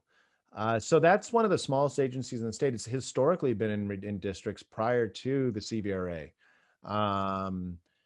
And state law didn't really set like a threshold for population. Maybe it should have, but it didn't. So there really isn't. Now, the flip side is if you have an agency that is that small, it gets really hard to prove racially polarized voting. The method that's used in racially polarized voting traditionally takes all the precincts and their voting patterns, and it puts it on one axis of a graph, and then takes all those precincts and its ethnicity and puts it on the other axis, and starts to create scatter plots and regressions and lines of best fit and mathematical formulas and all this stuff to kind of describe mathematically what are the voting patterns and how much of a prevalence is race as a way of determining political outcomes. How effectively can you build a little mathematical formula like y equals mx plus b, which is the actual formula, and input some race of a precinct and output the predicted election result. And the more effective that a mathematical formula can be at determining outcomes based only as race as the input, the more racially polarized voting you have. The challenge is if you're in an area that's so small that it has 4 precincts, like it's hard to build those mathematical formulas. And so it's hard to prove racially polarized voting. So if you're in an area that is like a special district under a city that's in a county, and the county and the city and all the school districts have all been sued, then you're probably going to get sued anyway. But if you're isolated out somewhere and you're not seeing a lot of CVRA lawsuits in your area, and you're a tiny district with 7 precincts, then, you know, they might not come looking for you because it might be really hard for them to even write a memo with a straight face that says we've proven racially polarized voting when there's such a small data set to actually do the work. Thanks, Paul. That's helpful. If now, let's say that my district was in the midst of moving from at-large to a by-division election per the CVRA, but we're currently on hold because of that COVID-19 executive order that you referenced. Given the potential timelines that we could be bumping up against here, is it possible that we would have to redraw the lines twice back to back? And how do we avoid doing that? Yeah, so the governor's executive order actually is what allows us to avoid doing that. Okay. So um, the governor's executive order says that agencies do not have to do the redistricting until later. They don't have to abide by these specific timeframes, and they can actually just get it done in time for 2020. There are agencies that have done, even one special district I'm aware of in Northern California, that did a redistricting last year, but too late to implement it for the 2020 election. And they're going to have to redo it before the 2022 election. We call that a zombie plan. So they created a plan that will never be used.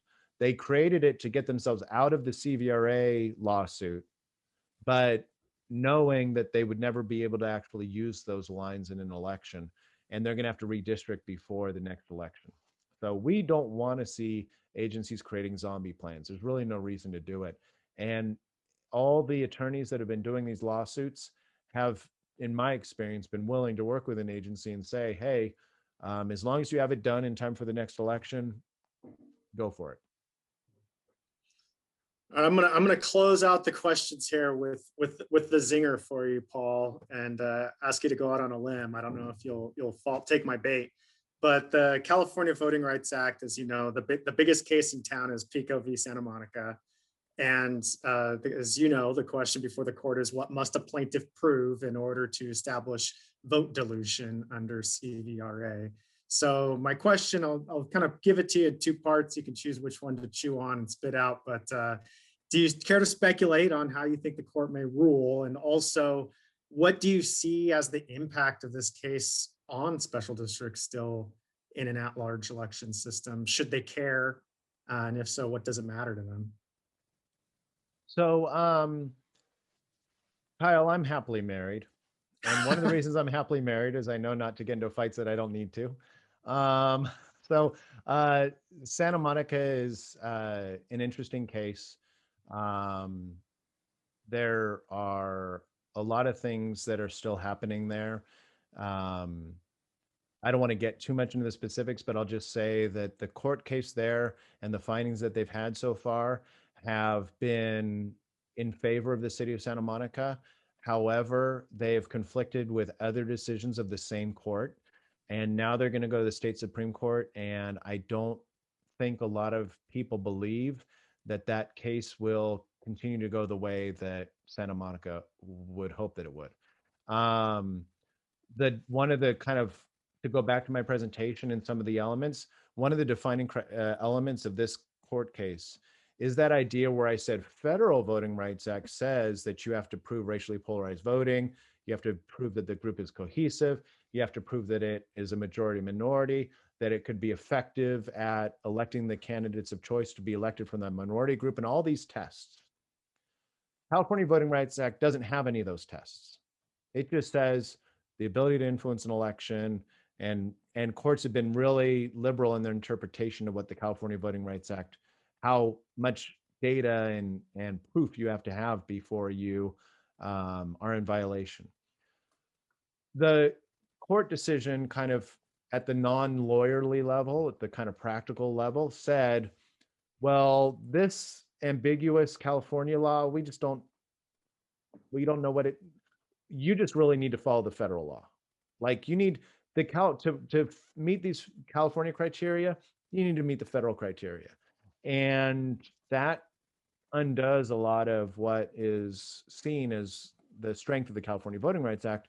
And so if that goes to the state Supreme Court, I personally don't believe that it would still continue to go the way of Santa Monica. And if it did, I just believe the legislature would make one tweak to California Voting Rights Act and it would just be right back into place.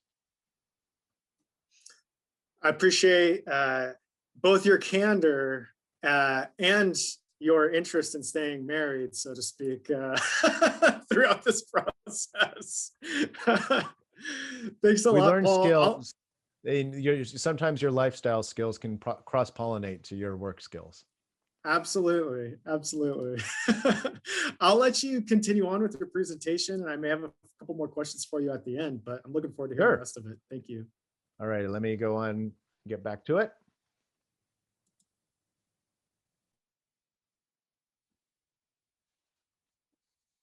All righty. I'm sure you'll holler if my screen isn't looking right, but I'll just go right through it. And essentially, we're going to get into what I think will be the next 20 minutes or so of this presentation.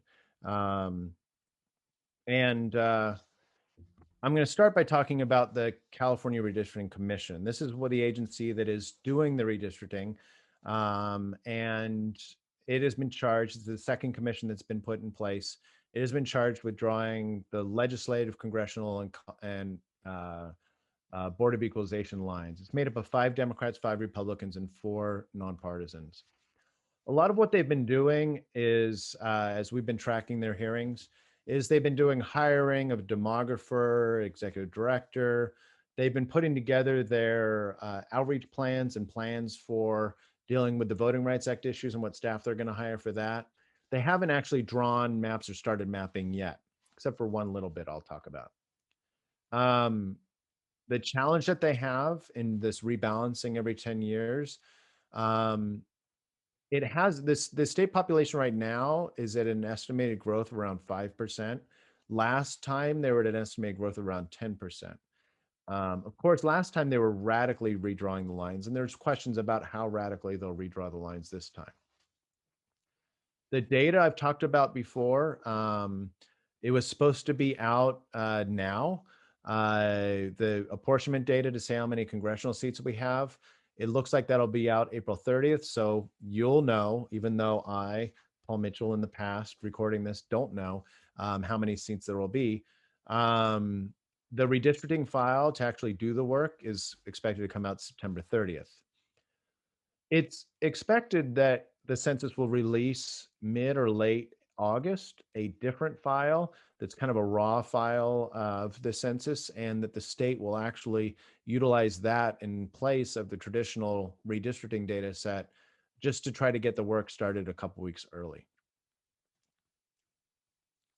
The commission's working under the rules of Prop 11 and 20, which includes a lot of those traditional criteria I've talked about and disallows them from drawing districts to advantage incumbent candidates or political parties. The time frame, their time frame essentially went from February to May of like education presentations. I'll be participating on one of those later this month. And then public input hearings through the summer and into the fall. Then they're going to get this census data. They're going to get that to the commission after they process the prisoner reallocation. And then they'll have input hearings starting in November, probably going into December, January. They'll have draft lines with an expectation that they'll get their they'll get their final plans probably mid-January, late January, and then that will be in advance of a primary that right now is scheduled for June 7th, but that is scheduled for June 7th, but might be as late as June 28th. We'll see if they end up changing that election date. Now, I said they hadn't drawn lines yet. That was a little bit untrue. The one thing they have drawn is their zones. And the zones are not actual maps. So let's be clear, they aren't redistricting here, but the zones are kind of like when you move into a house and you say, okay, put the linens over there and put the plates over here and put the kids' toy set over there. You're not really moving in and deciding every last decision, but you are kind of like you're showing where you're thinking things are going to go generally. And so this is actually interesting because in Northern California, they have two districts going up, separated by the Shasta Trinity mountain range, separating kind of the Redding side from the Humboldt side. That was a real big fight in the last redistricting. And here they're kind of like reinforcing that. Down the map, separating the Central Coast from the Central Valley, further down the way that they draw the two Imperial County and San Diego together in one zone. Those are all things that kind of became kind of redistricting pressure points in the last redistricting, and they seem to kind of be bowing to those structures as part of their outreach zone creation. Like I said, with the census, we don't know the exact number of seats yet, but we should have, I would guess 52, but we might have 53 still. We might go down to 51. In the last redistricting, the Senate Assembly districts were 930 and 465,000. With that population growth, the Senate districts will go closer to 1 million and the Assembly districts will go closer to 500,000. When you think about this in practical terms, a Senate district is basically going to add something the size of the city of West Sacramento, and the Assembly is going to add something that's the size approximately of South Pasadena. Now, not all districts are going to grow. Some will shrink or some will grow, and it has to do with their population growth rates. So when I say the state has grown by 5.1%, it's actually some places have grown faster and some places have grown smaller and are going slower and faster. And when we look at LA, those LA districts have grown slower than the rest of the state. And what's really important is not just that they individually, these districts in those areas have grown slower, but the entire area has grown slower. So multiple districts are underpopulated and have to grow versus another area where multiple districts are overpopulated and get to shrink. One truism in redistricting is that growing is bad and shrinking is good. So if you're in a city, and let's say you have your population of your core voters are a bunch of student populations that are in the center part of your district, and they always vote for you. If your district has to grow, it's going to grow out, and it's probably going to grow into areas that have less students. And so the student population in your district will be reduced as you grow. If you're in that area with the student population and your district has to shrink, it probably gets to shrink into the more densely populated student population as a community of interest. And so the student population is a greater share of your final district. So shrinking is good and growing is bad. It's kind of a kind of a starting point in the redistricting process. When we look statewide at an area that is overpopulated and gets to shrink, you can look at the Bay Area. And all these districts in this Bay Area map of assembly districts all have to shrink. And that could mean that they get to kind of get tighter districts around their core communities of interest. In another area like LA County, all these districts have to expand. And it becomes very problematic. When you're 5% under, that's probably something fine. Go find 5%. That's not a big deal. But when you're 5% under, but you're at the end of a long chain of districts that are 5 and 3 and 2 and 5 and 7 and 6% under, now you're no longer 5% under. You're inheriting all of that other underage. So the district that's 5% under, it takes that 5% from the district that's 3% under. Now it's 8% under. It takes that 8% from a district that's 5% under. Now that district's 13% under, and it takes that population from a district that was already 2% under. Now it's 15% under, and so on and so forth. And you have this accumulation of this underage, and it spreads out. And so you could have this real combination effect or domino effect in redistricting in California with these lines. When we look at that equality, congressional districts have to be drawn to one person, legislative districts up to 10%. And we've talked about this, but it's the total population that we calculate, not, number of voters or citizens or something like that. The Voting Rights Act is the other side. We talk about drawing districts to be balanced, but we also have to draw districts that recognize the Voting Rights Act requirements that we've talked about earlier in this presentation. Now, Section 5, I said, was on hold, but even though Section 5 is on hold, that we might still see a stronger enforcement because of the ability to draw more Section 2 Voting Rights Act districts. The redistricting can't be based solely on race, but it also can't infringe on those protected classes. So there's a little balance that the state's going to have to undertake in identifying places where they have a requirement to draw districts in a way that doesn't disenfranchise protected classes, and in other areas where they might want to draw a district to empower a community, but they can't define it based on its race because it isn't in that majority minority status under Section 2 of the Voting Rights Act.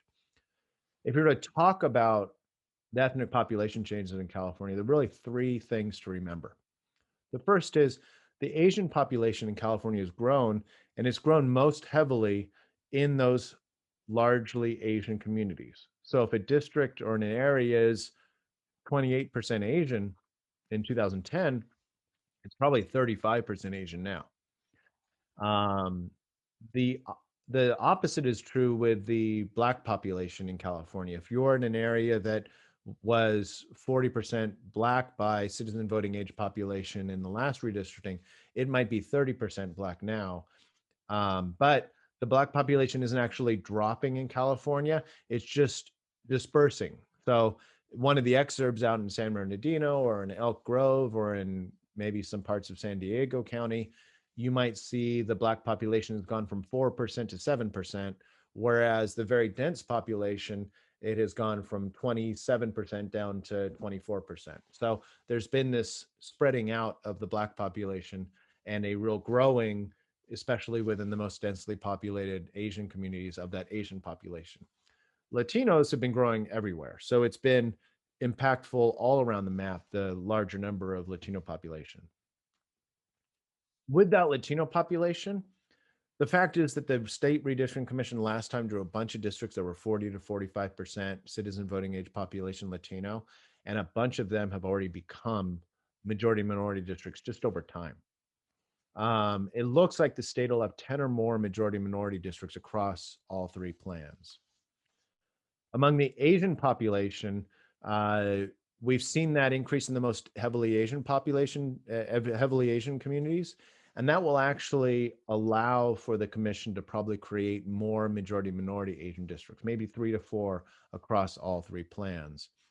There are some interesting factors to the Asian American community in California, and whether or not the redistricting commission will be able to actually draw majority minority districts.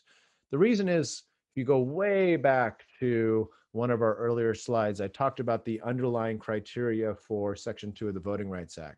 And one of them is that those communities are cohesive in their voting patterns, meaning that they block vote. And within the Asian American community in California, there are a lot of different Asian nationalities or differences among younger and older Asian members of the community. So you might see an area where the redistricting commission comes in and says, voila, we can meet that one test of being able to draw a district that's geographically compact and makes up more than 50% of a district, and they are Asian citizen voting age population. But then another analysis might say, well, they're not cohesively voting because look, they vote for all these different candidates. Maybe the Korean population votes for one candidate and the Japanese population or Filipino population votes for another. And that lack of cohesiveness in the voting patterns will create potential challenges for the commission in how they draw districts to allow for new majority minority Asian districts.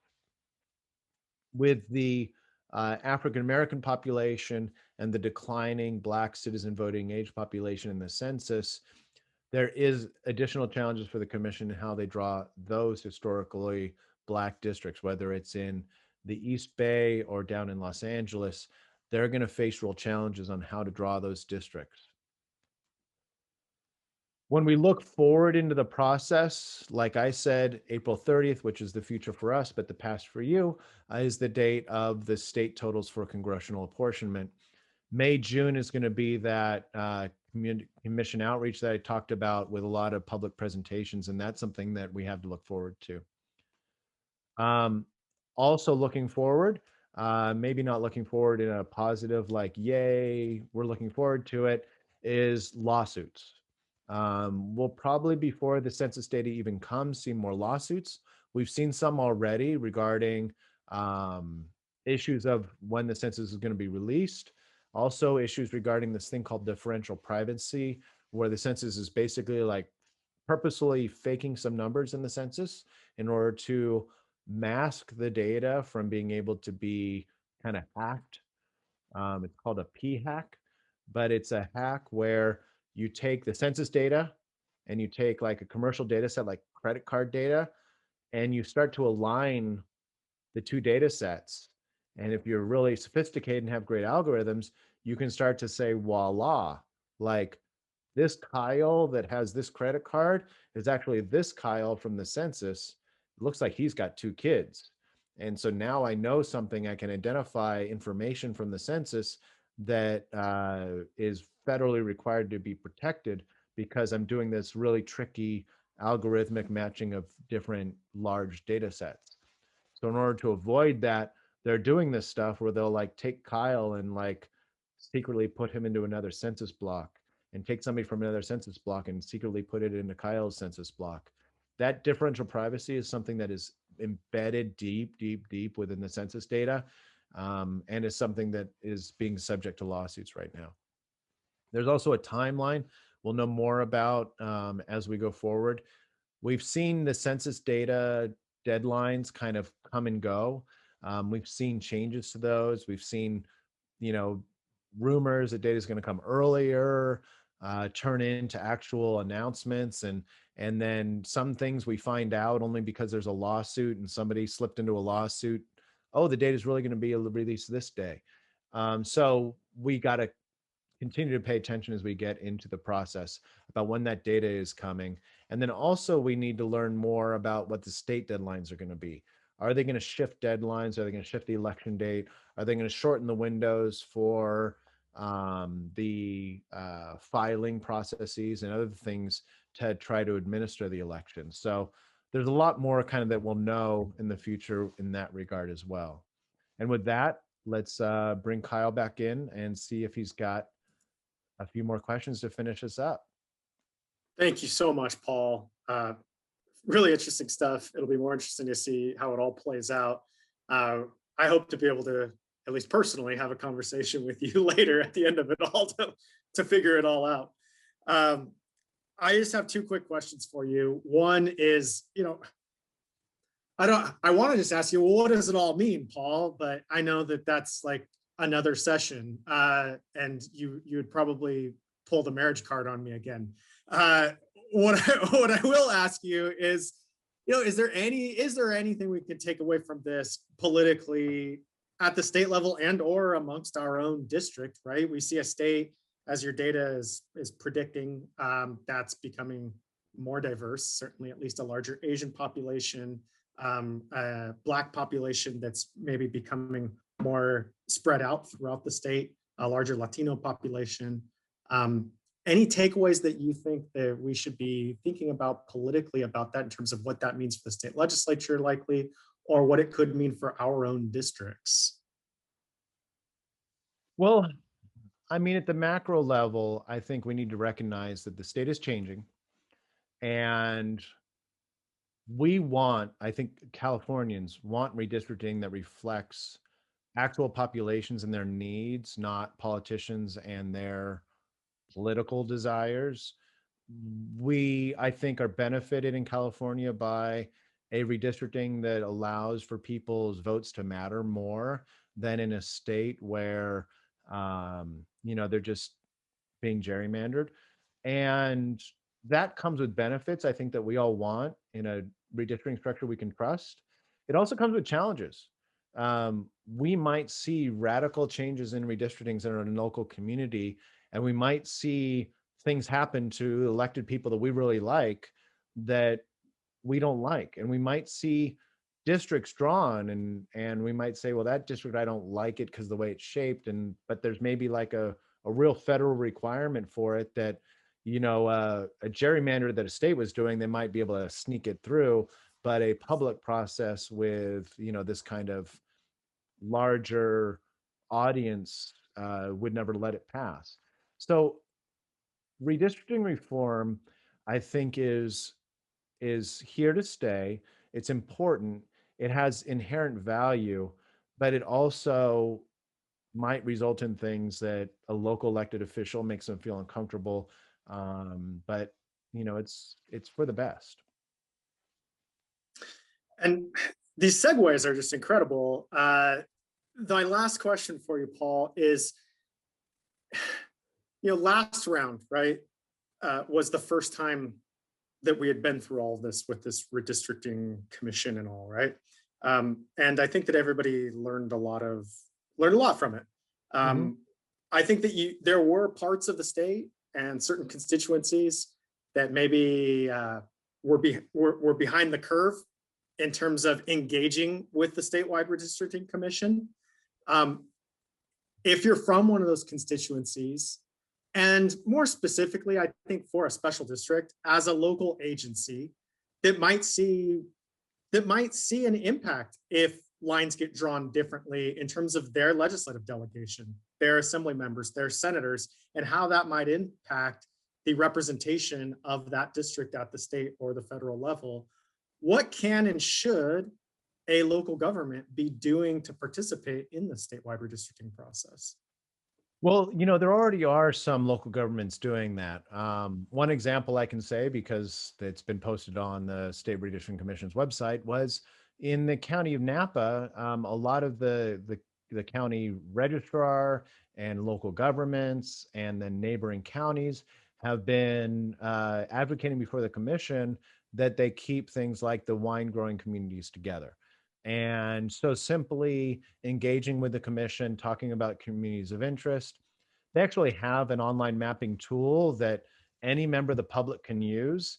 And it's really a valuable way for, the public to engage in kind of saying what they want their redistricting to look like.